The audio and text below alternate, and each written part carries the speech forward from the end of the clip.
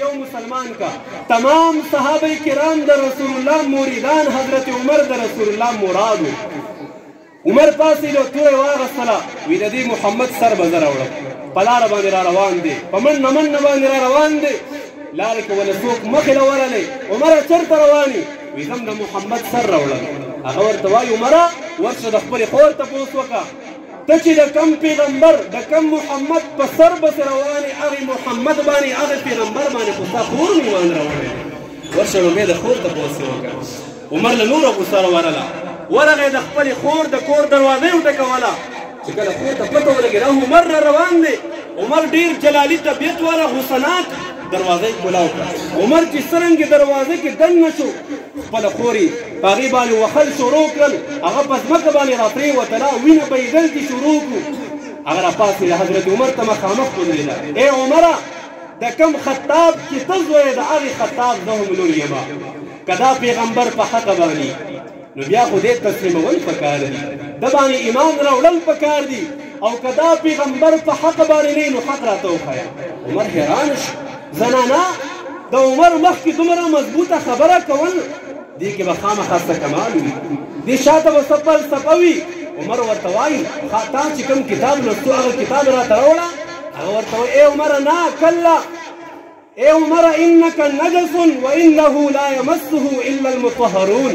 عمره ته ګندی ورشه لومبې غسل وکړه، بیا راشه وروسته به قرآن ته لاس کې.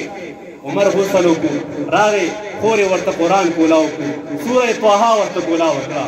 طه ما انزلنا عليك القرآن لتشقى الا تذکرة لمن یخشى تنزیلا ممن خلق الارض والسماوات العلا.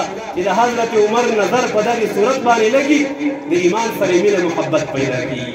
خپلې خور ته وایي زم چې رسول الله په لاس باندې بیعت وکړم ایمان راوړم. را روان د رسول الله د سر دپاره دی، لیکن چې د قرآن زیارت یې نصیبه کېږي د ایمان سره مینه محبت پیدا کېږي. ما پیغمبر له بوځئ چې ایمان راوړم.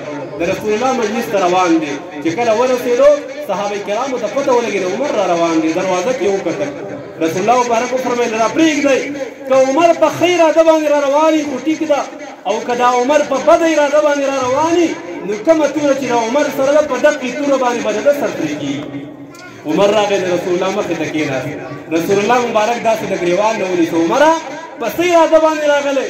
عمر ورته وایي د الله رسول ایمان راوړ، کلمه د شهادت ویل. حضرت عمر کلمه د شهادت وویل او مسلمان شو.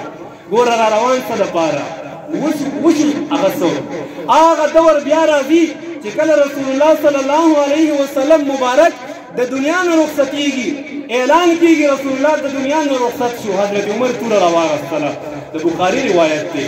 منبر ته وختو، وی که چا وویل چې رسول الله وفات شو سر به ترې پرېږدي. دماغ کوئی کار پرېښودو، د رسول الله وفات یې نشي برداشت کولی. یو خو هغه دور و چې د رسول الله د قتل لپاره را روان دی، یو هغه دور د عمر باندې را روان دی چې د رسول الله د وفات خبر نشي برداشت کولی. تورې راواغستله، وی که چا وویل چې رسول الله وفات شوی دی سر به ترې پرېږدي. هغه د الله ملاقات ته تللی دی، رسول الله وفات شوی نه دی. عزتمندو محترمو قرآن